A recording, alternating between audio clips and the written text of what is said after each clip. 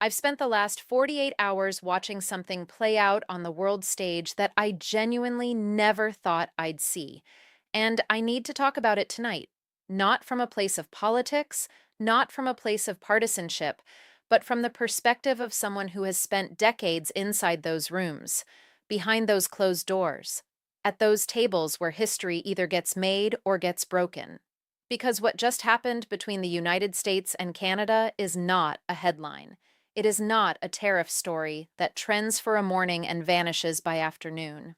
What just happened is a turning point, the kind that ends up in foreign policy textbooks, the kind that reshapes how every government on earth calculates its relationship with Washington, not for a year, but for a generation.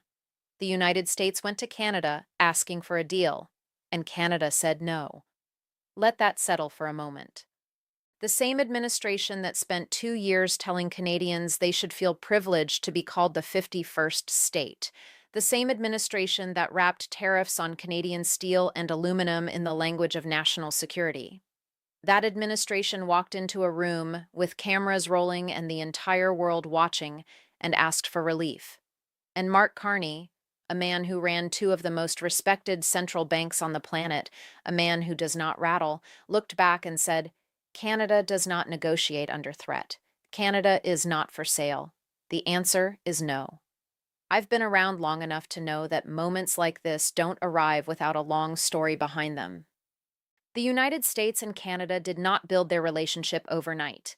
What exists across that northern border is the product of decades of deliberate construction, integrated supply chains, shared defense commitments, energy systems so intertwined that separating them is not a policy choice. It is surgery. Nearly $800 billion in annual trade. An automotive industry that crosses the border dozens of times before a single vehicle rolls off the line.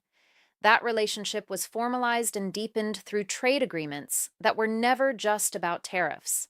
They were about architecture. They were a declaration that these two countries had chosen partnership over transaction. That architecture held through disagreements, through recessions, through political changes on both sides. It held because every administration, regardless of party, understood one foundational truth.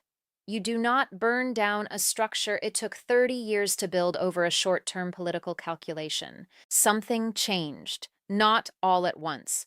Trust never collapses all at once. It erodes, insult by insult, demand by demand. The suggestion that Canada was somehow gaming the relationship, that America's closest ally and largest trading partner was actually an adversary wearing a friendly face.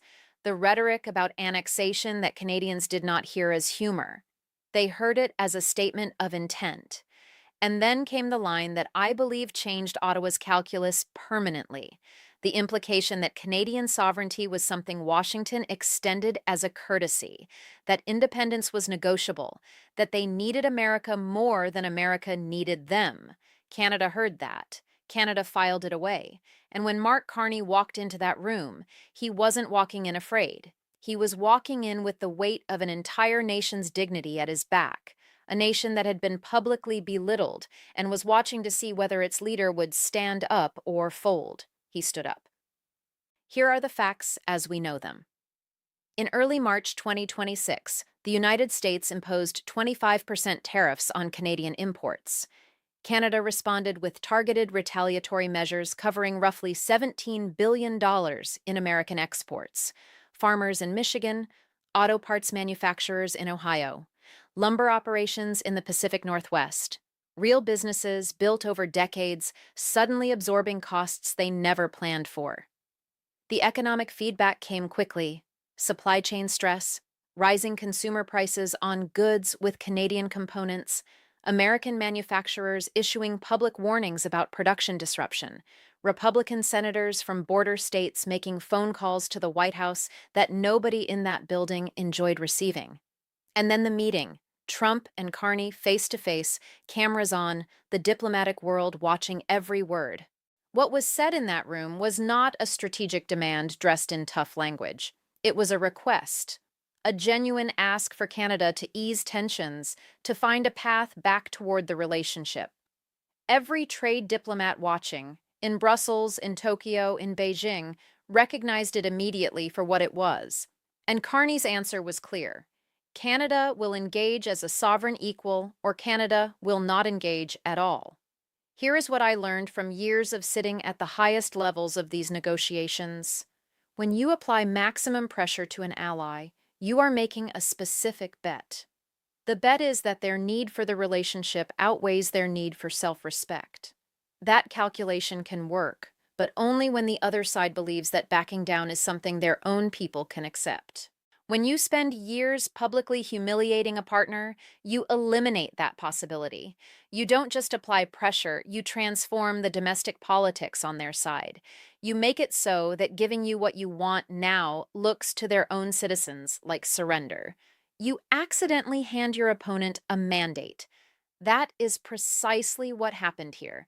Every Canadian who heard the 51st state language, every Canadian who watched their country treated like a subordinate territory, every Canadian who saw their national identity used as a rhetorical prop, they all became Carney's political foundation the moment he walked through that door. He didn't say no in spite of political risk. He said no because the accumulated insults had made saying yes politically impossible. That is not a diplomatic miscalculation. That is a strategic failure at the foundational level. Now, let me tell you what this moment means beyond the two countries in the room. After the Second World War, the United States made a deliberate choice to build a rules-based international order, not out of naivety, out of strategic self-interest. Because American power compounds when allies trust you. Because a world with agreed-upon frameworks is a world where American leadership has legitimacy rather than just leverage. Trade disputes in that system get resolved through mechanisms, legal frameworks, bilateral negotiation, dispute resolution processes, not because those processes are perfect, but because the process itself signals something to every watching government, that Washington operates by principles, not just by mood. What the world watched in that room was something different. It watched the United States substitute presidential personality for institutional strategy, and it watched Canada, stable, democratic, geographically inseparable Canada, say no to the entire framework. Beijing has spent 15 years arguing that American leadership is too volatile to be trusted. They did not have to say a word this week. Every government currently deciding between closer American alignment or building alternative arrangements just watched Canada make its statement. This is not about scoring political points. This is about understanding the full cost of what just happened, because that cost extends far beyond any tariff spreadsheet. Let me walk through where this goes from here. The best case scenario is a quiet recalibration. The administration reduces the pressure. Canada sees enough de-escalation to make re-engagement politically survivable for Carney. A new framework gets built, slowly, carefully, with both sides able to call it something other than capitulation. Markets stabilize, supply chains get repaired, the workers caught in the middle get some relief. That outcome is possible, but it requires something this moment has made genuinely difficult, letting the other side come back to the table with their dignity intact. Carney cannot accept a deal that his own people will read as surrender, not after he has staked his credibility on standing firm. Getting from here to yes requires real statesmanship, not a press conference. Statesmanship. The more likely scenario, if nothing changes, is a grinding standoff. Tariffs hold, retaliation holds. American businesses with integrated North American supply chains keep absorbing costs that eventually move to consumers. Canadian businesses, and Canada is historically very good at this, begin cultivating alternative markets in Europe, Southeast Asia, and elsewhere. Every Canadian export dollar that flows toward those alternatives instead of the United States is leverage we surrendered by choice. And it does not automatically come back when the politics change. The scenario that concerns me most is long-term strategic repositioning. Canada begins, methodically, without drama, reducing structural dependence on American markets, diversifying trade relationships, building domestic capacity in categories where American supply was previously assumed, not out of hostility, out of prudence. Because a country that just watched its closest neighbor treat the relationship as optional is rational to build some insurance. And here's what makes that scenario particularly costly.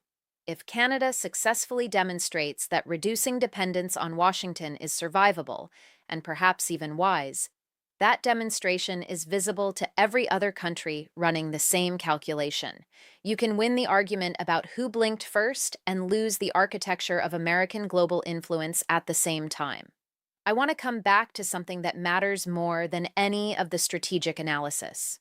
There are American workers right now who are living inside this situation without having chosen it. Auto workers whose production lines depend on Canadian components, now subject to tariff costs someone has to absorb.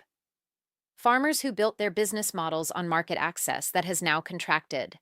Small manufacturers who signed supply contracts months ago based on assumptions that no longer hold. These are not abstractions.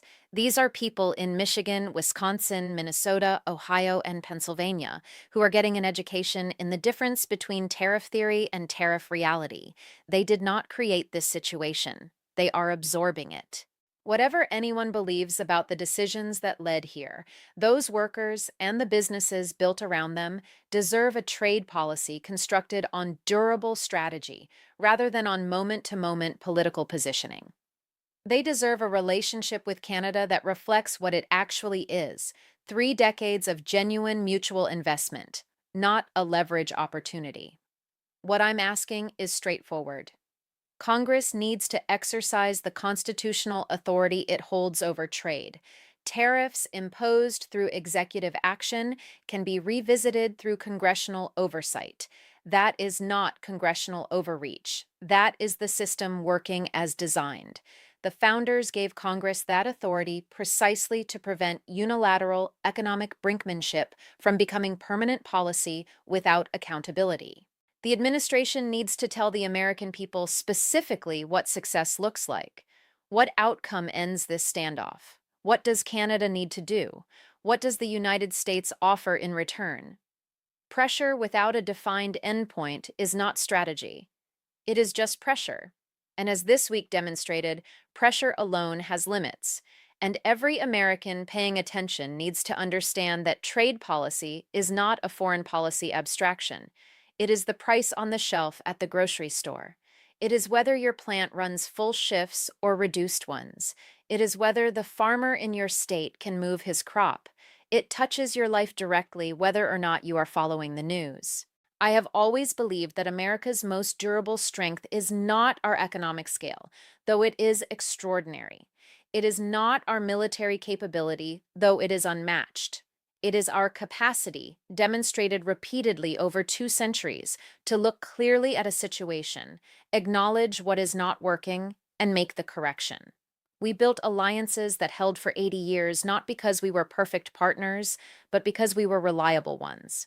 Because the countries that stood with us believed that the relationship was governed by something more durable than the preferences of a single administration.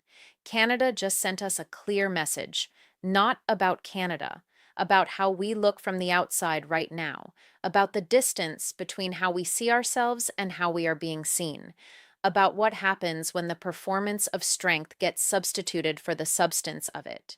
Real strength, the kind that actually moves the world over decades, is not about who sounds toughest in a given week. It is about building relationships resilient enough to survive genuine disagreement. It is about having a strategy that outlasts a news cycle. It is about being the kind of partner that countries choose to stay close to, not because they have no other option, but because the relationship has earned that loyalty. We can get back to that, but only if we are honest about where we are. Somewhere in Washington right now, someone needs to be asking not who won this week, but what does this mean for the next decade? Because the next decade of North American economic partnership, of allied cohesion, of American credibility on the world stage, all of it is being shaped by choices being made right now. We owe it to the workers caught in the crossfire. We owe it to the allies recalibrating from a distance. And we owe it to the generations that built these institutions, carefully, patiently, over decades. so that no president would ever have to beg, and no ally would ever have to choose between their dignity and their partnership. Let's get this right.